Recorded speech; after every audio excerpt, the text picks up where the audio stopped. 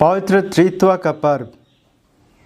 संत मत्ती के अनुसार पवित्र सुसमाचार अध्याय 28 पद संख्याएँ 16 से 20 तक।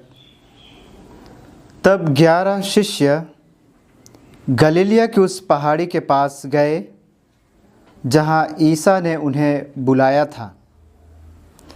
उन्होंने ईसा को देखकर दंडवत किया, किंतु किसी किसी को संदेह भी हुआ। तब ईसा ने उनके पास आकर कहा, मुझे स्वर्ग में और पृथ्वी पर पूरा अधिकार मिला है, इसलिए तुम लोग जाकर सब राष्ट्रों को शिष्य बनाओ और उन्हें पिता, पुत्र और पवित्र आत्मा के नाम पर बपतिस्मा दो। मैंने तुम्हें जो जो आदेश दिए हैं तुम लोग उनका पालन करना उन्हें सिखलाओ, और याद रखो, मैं संसार के अंत तक सदा तुम्हारे साथ हूँ। प्रभु का सुसमाचार। हर वर्ष की भांति कलीसिया पेंतेकोस्त पर्व के बाद के रविवार में पवित्र त्रित्व का पर्व मनाती है। पवित्र त्रित्व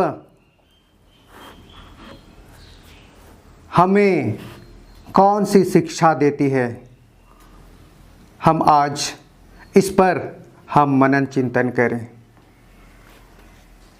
ईश्वर जो एक है और एक ईश्वर में तीन जन हैं,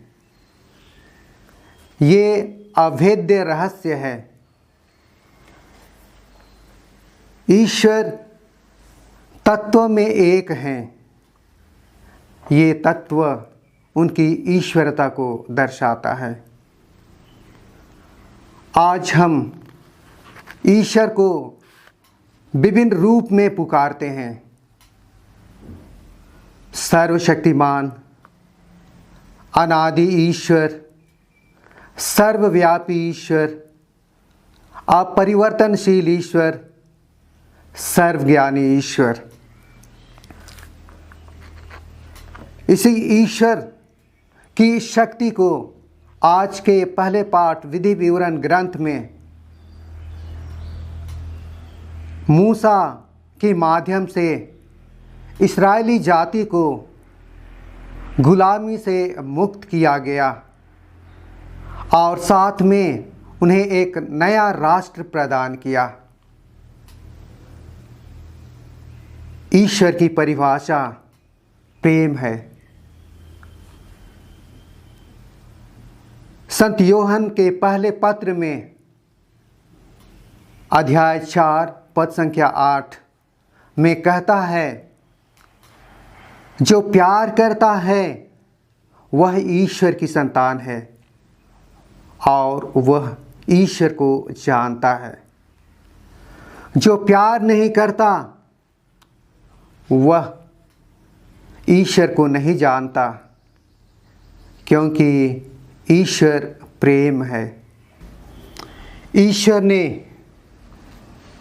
अपने प्रेम से मनुष्य की सृष्टि की और उस मनुष्य ने ईश्वर की आज्ञा का उल्लंघन करते हुए, ईश्वर के प्रेम को ठुकराते हुए उसने पाप किया और मृत्यु स्वीकार किया।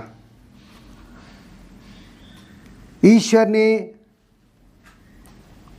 अपनी आत्मा भेजकर शरीरधारी प्रभु यीशु ख्रीस्त को इस दुनिया में भेजा, ताकि प्रभु यीशु ख्रीस्त इनको पाप से मुक्त करे और इनको पाप से मुक्त कर स्वर्गराज के सहभागी बनाए।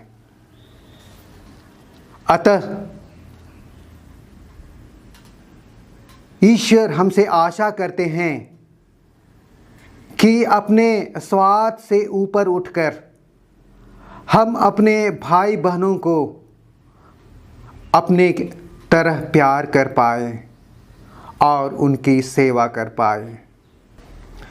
पवित्र त्रित्व की दूसरी विशेषता है एकता। पिता, पुत्र और पवित्र आत्मा ये एक थे, एक स्वभाव था, एक ही ईश्वरता थी। प्रभु यीशु ख्रीस्त अपने शिष्यों से विदा लेते समय उसने प्रार्थना करते हुए कहा था, सबके सब एक हो जाएं। जिस प्रकार पिता मुझ में है, मैं पिता में हूँ, उसी तरह वे भी एक हो जाएं। हम देखते हैं बहुत बार मनुष्य अपने मित्र के साथ बहुत दिनों तक प्रेम से रहता है, लेकिन ऐसा समय आता है उससे भी उसका बिगाड़ हो जाता है। प्रभु यीशु ख्रीस्त कहते हैं पवित्र त्रित्व में इस प्रकार का स्वभाव नहीं था।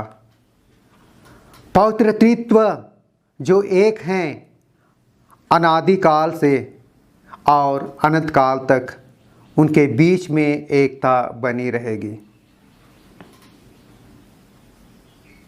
प्रभु यीशु ख्रीस्त ने मनुष्यों को प्यार किया, पिता ईश्वर ने मनुष्यों को प्यार किया और उसी प्यार से मनुष्य को अपने प्रतिरूप बनाया।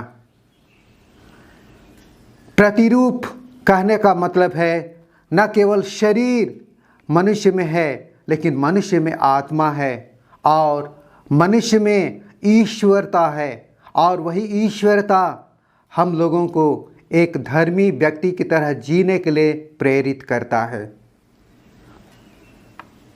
आज के दूसरे पाठ में संत पौलुस कहता है, जो ईश्वर की आत्मा से संचालित होता है वह ईश्वर की संतान है, उसे परिपूर्ण आनंद प्राप्त होता है।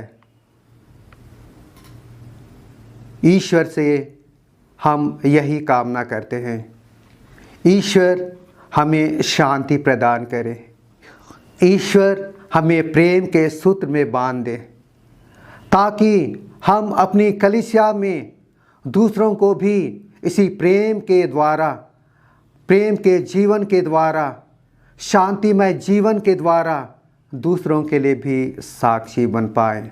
आमीन।